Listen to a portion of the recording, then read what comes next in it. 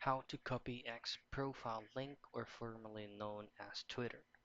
So if you haven't downloaded X Twitter, or formerly known as Twitter, so what you want to do is just go ahead to your Google Play Store, and this is actually a different name that you can see.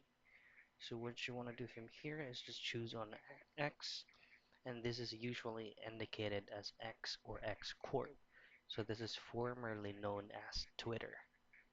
So what you want to do next for you to be able to see or to copy your link from your profile is it head over to your user profile at the top left portion of your screen. Once you're here, just tap on your current username and just choose on the three dots at the top right portion.